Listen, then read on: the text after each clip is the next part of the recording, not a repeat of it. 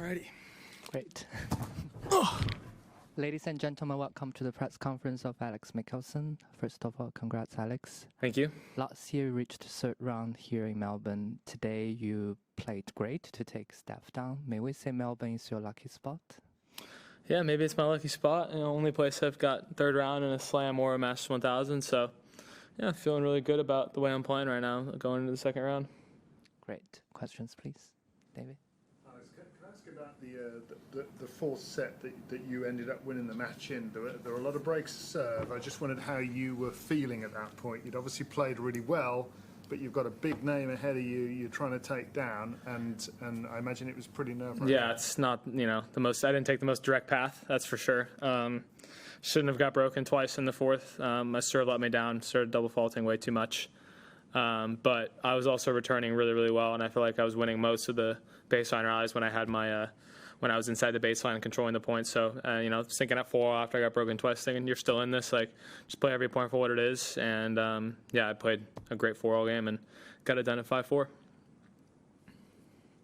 How are you feeling about your general place in the tour? I mean, you've been climbing pretty fast into top 50. It feels fast from the outside anyway. I don't know how you feel about it, but how much, belief do you go into a match like that against a guy who's spent a lot of time in the top 10 recently? How do you feel about your own chances walking into a match like that? Yeah, I feel great about where I'm at. I'm 40 in the world at 20 years old. I can't complain. I've put a lot of work in since I was very, very young, so I'm very happy with where I'm at. Obviously, I want to be ranked higher, but I'm super happy with where I'm at right now. And yeah, going into a match like that, it's a little different because I played Steph in Tokyo and I took him down there, and so I kind of had a game plan of what I wanted to do. It's obviously tougher to take out the bigger guys in the slams, but just kind of had the same game plan and executed, and I played really well today. So, yeah. Does a player of Steph's vintage, not that he's even that much older than you, play differently than players who came up when you came up, approach the game? And if there is any difference, I'm sort of curious what it might be. I mean, not really. I mean, maybe a little bit. I don't know. Obviously, I watched him a lot growing up, and he was, I watched him win Next Gen. He, finaled a couple slams. I remember watching that whole match against Novak in the final of the French Open, and he was playing sick at the beginning. But obviously, he's got a little bit of aura on him. He's a great player, and I don't know what else to say. He was saying the reason I'm asking is because when he was in here before, he was talking about how the game has changed since he first broke in, and you don't have that perspective except for the fact that you've played a lot more people your age, and you see how coming up with Carlos and those people. I'm sort of curious if you see it that way as well. I don't think I feel like the game's just getting faster. That's what I feel. Everyone's becoming better athletes, and everyone can crank a serve and crank a forehand, and I don't know. I feel like everyone's a better athlete. I don't think the game has changed too much, but I think it's definitely changed a little bit, yeah. Alex, you're only 20. How do you deal with your emotions on the court? You stay so calm. Do you work with a mental coach or?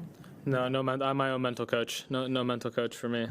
But so I stayed really composed today, but I don't do that every time. Unfortunately, I'm working to get there. But it's taken a lot of work. I've sometimes I just sit in my room and I meditate sometimes and tell myself stay calm under pressure, and did that really well today. I need to get better at it. I've sometimes lose my head when I play, so it's definitely not the easiest thing in the world. And as a kid, I would throw my hat, throw my racket. I would get pretty upset often. So it's just kind of in my nature, but I'm working on it.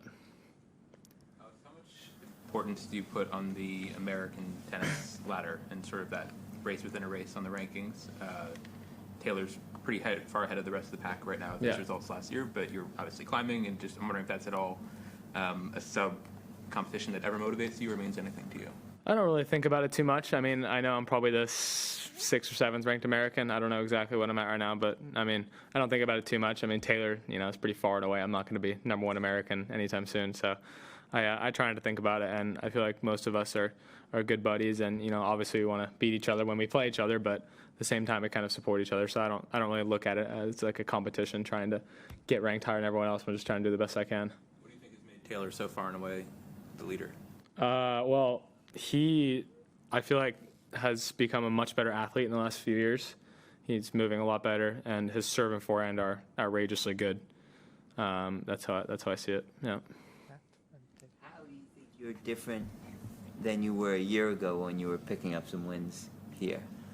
I'd say mentally, a lot better. I didn't really have any tour experience, and this year I've got a whole year under my belt now. I feel like that, and my serve and forehand I've got a lot better. Been able to play more offense with my forehand, and yeah, I'd say that's about it. I don't think too much has changed, but I think the biggest change has been mentally. Just on the subject of the mental coach and you being your own mental coach, I just wonder what the process of that was like when you maybe realised I need to actually do something about how I'm feeling on the court, maybe how I'm behaving in the stressful moments on the court. What was there a sort of reckoning where you thought I've got to do something, and how did that unfold? Yeah, definitely. I mean, I've definitely lost a lot of matches just because, not because I was playing bad, but because I was just bad mentally. And, I'd miss one or two shots, and then I'd lose my crap for a little while, and then, boom, the match is over like that because, these guys they're not going to give you anything out here. So you have to be mentally on your game at all times. And last year I probably lost 10 matches that I should have won just straight because of the brain. So, I don't know what to say. Fascinated that you decided you're going to work it out on your own. Yeah. I mean, a lot of people will turn to somebody. Why did you decide to do that? I like being alone. I'm a loner. I like sitting with my own thoughts and figuring stuff out on my own, yeah. Do you tap into the rest of the American group at all, being a loner? I mean, you've got a group of people who have come through what you're trying to come through now. Do you know them very well? Have you got to know them? I know them, but I don't, go to them for that kind of stuff. I have, my two coaches, Jay and Robbie. I talk to them about some mental stuff.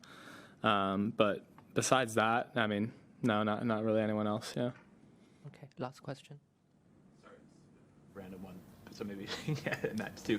But I just remember the first time I saw you was on a Challenger stream, and you beat Jack Sock in Ohio. Yeah, Cleveland Challenger. Yeah, and I'm just remembering what you remember about that match. I was just really struck by that whenever. I don't know if I talked to you since then, so I'm just curious what you remember about that sort of, and how much that meant to you to get that win over a guy who had been really high up, really early on. He was former top 10. I remember I was 18. I was super pumped to get that win. I remember he broke me early in the first, and then I kind of got it back and won a breaker, and then kind of ran away with it. I was playing super well. He was obviously on the back end of his career, so he wasn't, he wasn't playing great. But just to get that win, that definitely gave me some confidence. I finaled my first Challenger 2 weeks after that, and I think a big part of that was because of that win. Okay. Thank you, everyone. Thank you. Awesome.